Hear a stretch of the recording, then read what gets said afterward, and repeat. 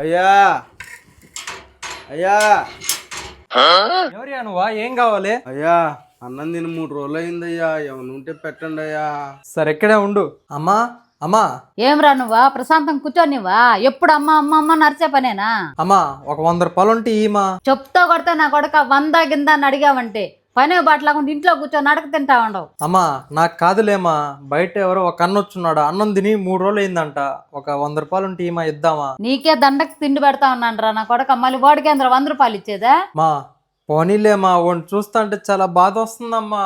సరేలే, నీలాంటి పనికి మళ్ళీ నా కొడుకు తిండి పెట్టేదానికన్నా అట్లా అడక తినే వాళ్ళకి ఇచ్చిన పుణ్యం ఉంటది. ఏదో టీవీ కార్డు 100 రూపాయలు ఉన్నది ఎత్తపి ఈబో.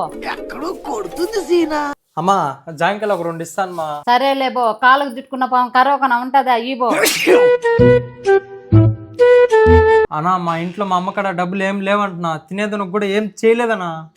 అరే నా కొడక ఓసలి వెళ్ళి నా కొడక, నీ బుద్ధి ఇప్పుడు తెలిసిందిరా.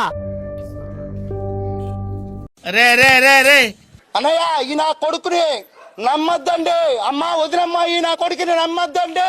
ఎయ్యి నా కొడుకుని వెయ్యాన్ని. రారా నా కొడక ఇంట్లోకి రారా.